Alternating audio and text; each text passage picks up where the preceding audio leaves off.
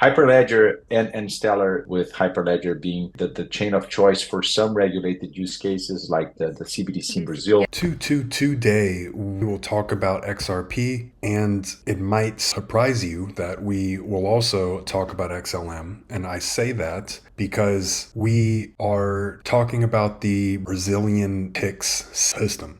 And it is extremely common to see people talk about its ties into Ripple and XRP. However, there are a lot of Brazilian ties into Pix and Stellar as well, which of course adds in to the overall thesis that these are just two sides of the same coin. It kind of starts with the fact that the Pix logo looks remarkably comparable to the X and XRP, and there is also a lot of potential Brazilian symbolism in the bearable guy stuff relating to XRP. There are a lot of ties into not just Pix, but a lot of the companies and institutions point to Stellar and Ripple at the same time. A pretty recent stellar development in Brazil is regarding the central bank tokenizing government bonds on Stellar, which is happening with EtherHues, which I haven't talked about a lot at this point.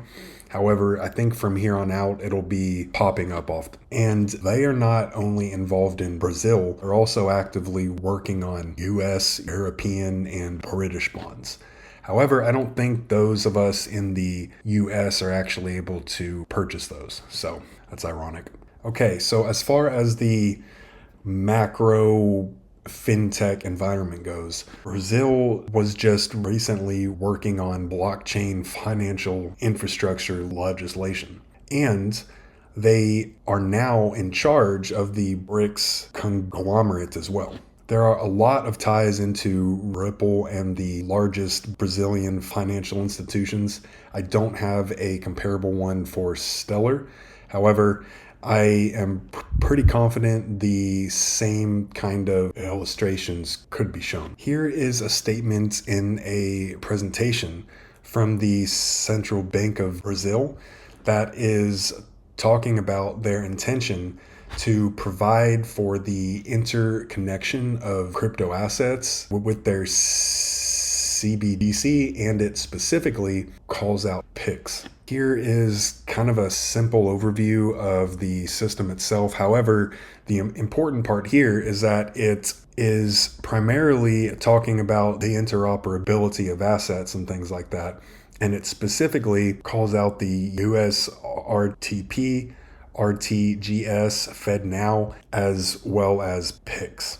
It appears as if they are really concentrating on making this easily accessible. And a lot of these kinds of real-time payment systems are designing a lot of the payment functionality to incorporate QR codes, which just so happens to line up extremely well with Pix talking about mobile payments and QR codes. And on top of that, the PIX system will also allow foreign entities to participate in order to turn it into a true cross-border payment system. And that is really interesting because in February of 2025, Ripple partnered with Unicambio to offer cross-border payments in between Portugal and Brazil.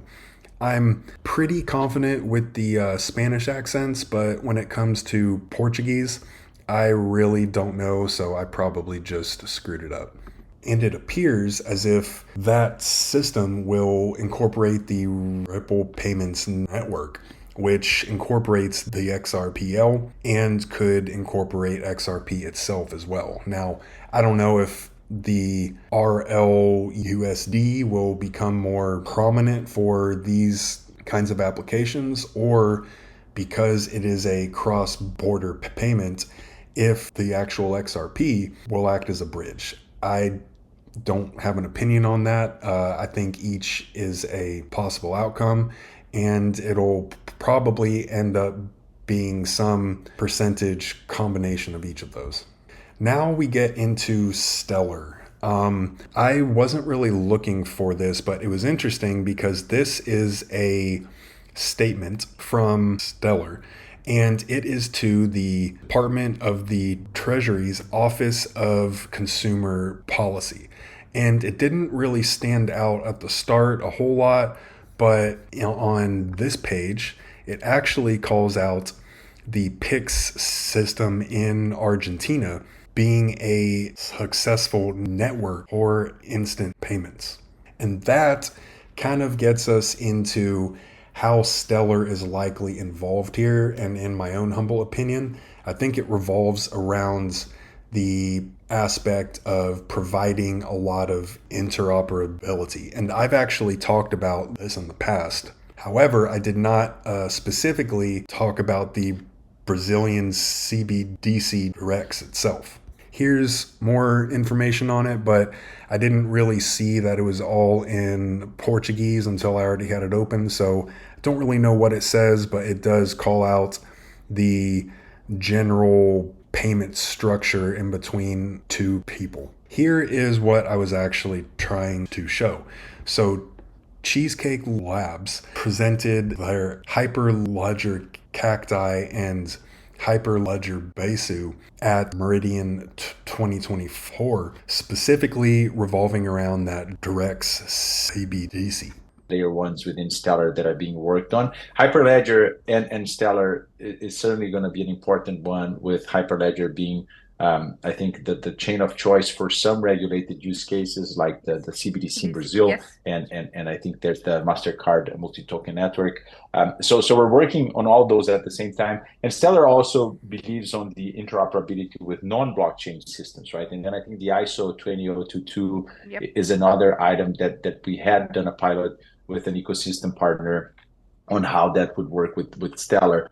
Here is the actual technical demonstration, and it involves the Soraband smart contract platform as well as Hyperledger Besu and Cacti in order to connect these different kinds of permissioned institutional systems onto Stellar, which would then create the capability to perform cross-chain transaction. I have shown that in a pretty technically in-depth video in the past, so I'll probably just let that play at the end here. Here is one comment on the Maru app, which uses USDC on Stellar and provides instant payments in Brazil over PIX. And we kind of touched on this at the very start, but Mercado Bitcoin has been working with Stellar since at least 2022 with the Central Bank of Brazil. So Stellar is not just popping up now. I found it interesting here because it has a couple of really good pertinent points regarding the exact topic of Stellar's involvement in Brazil. So we've got the Hyperledger Cacti bridge and the Central Bank of Brazil choosing Stellar to test CBDCs. On the other hand, I don't think that everything will run on Stellar 100%. I don't think it'll handle 100% of everything that happens in the financial technology space. I think it'll be heavily involved in that. However, I do think Ripple specifically has a huge potential involvement here, and I think that they will be concentrating more on the private settlement and custody applications regarding institutional stuff. And here is a clip of the PIX CEO at a conference with the Bank of America. And the data sometimes is not very homogeneous, so we are working on improving that, but we already had close to 40 billion. So the second block is, okay, so now I have the common rail, and I have this new layer that I can put on the top of it that generates competition and openness. So everybody can see the data. You probably will start getting information from the bank that you could do a better product at a different rate in other bank. Pretty soon you're going to be able to consume a product and compare rates for financing real time. So when you have the aggregators, some companies are working on that. So those are two blocks. But then we thought, okay, we need this to go to be international. And here is a different dimension, which is how can I bring efficiency in the cross-border payments? One thing that I've been BIS for a long time now, and every year there is this talk about, let's do cross payments and we need to improve that and improve, and it's been very slow. So I think one of the things that we central bankers collectively have kind of failed is to design a cross payment system that's very efficient. And that has actually happened here because of PIX.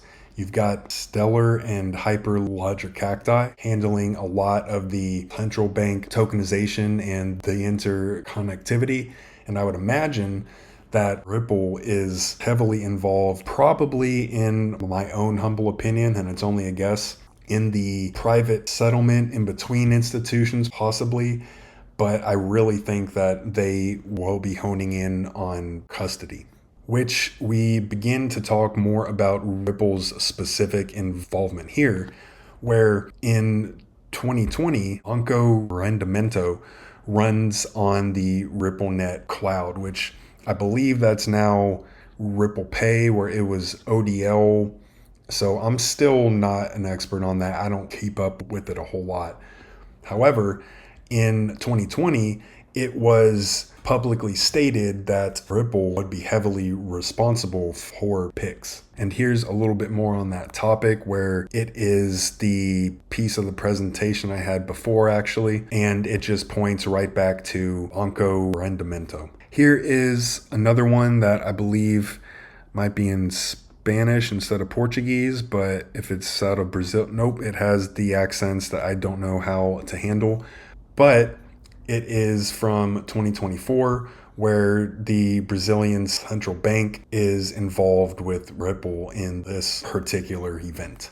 Here is another institution, the BBRL XRPL stablecoin from Brazza was exploring and pursuing BBRL integration in international applications in July 2025, or it would start in 2025. So Ripple has probably been the one that's gotten a lot of attention over time for their involvement in Brazil, specifically with that BBRL stablecoin. And if it runs on the XRPL, that would imply that the coin or token to make all of it operate would be XRP, which in and of itself wouldn't necessarily make XRP a significantly higher price. However, it's a really positive indicator of larger utility and adoption. And clip here is not incredibly interesting. It just explains how the payment network itself operates in between a couple of people and stuff. However, the interesting thing is that it is revolving around an SMS application, which is perfect for remote areas that don't have internet, which goes right back into the concentration on QR codes, because that is a form of an offline payment application. For anyone interested, here is the full clip on the Cheesecake Labs demonstration. I use a case related to a CBDC project. So what we are trying to achieve is we want to tokenize a Brazilian bond for cross-network trading using Cacti, right, in the Stellar connector. I put this word here, and this is important, DREX. I don't want to go very deep on this topic because this is a whole subject, but I'm not sure if many of you know, but Central Bank of Brazil is issuing a CBDC right now, and it's called DREX, the DREX platform. This is on pilot mode, so it's for a couple of years already. They are evolving this platform, so we are hoping this go to production in the next years or so. And they are using Hyperledger Besu for the infrastructure behind the scenes. So that's why we are considering DREX on this specific use case. So this is what we are trying to achieve. So we want to tokenize Brazilian bonds from central bank in a public network, right, on the Stellar network in this case.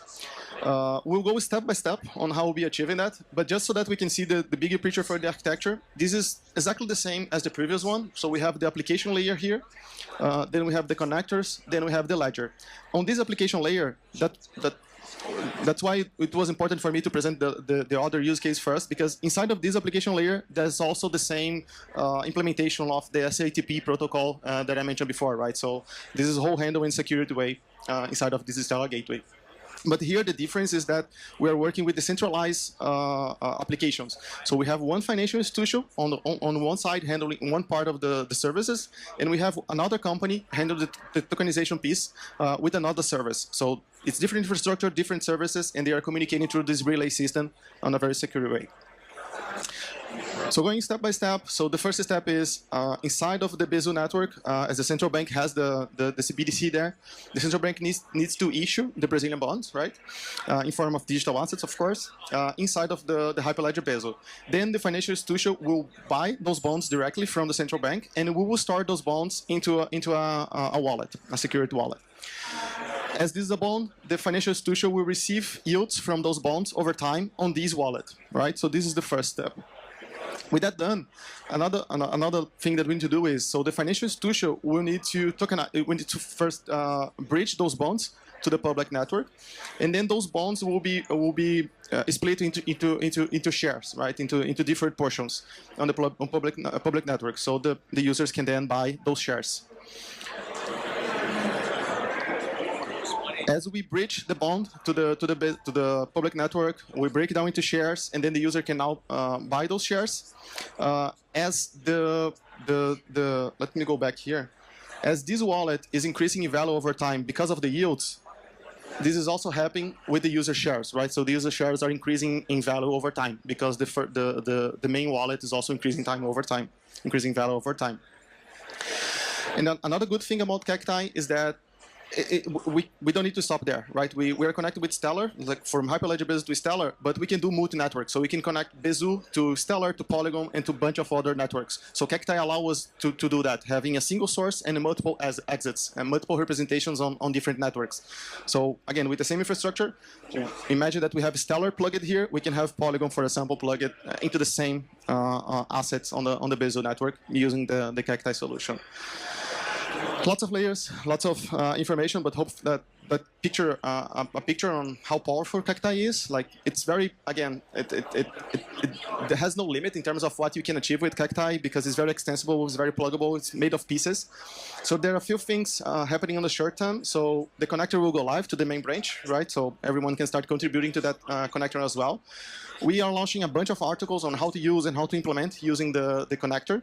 And we're hosting a webinar in the next couple of weeks with the developer who implemented so that we can have a Q&A session if anyone has any questions on how to implement on this.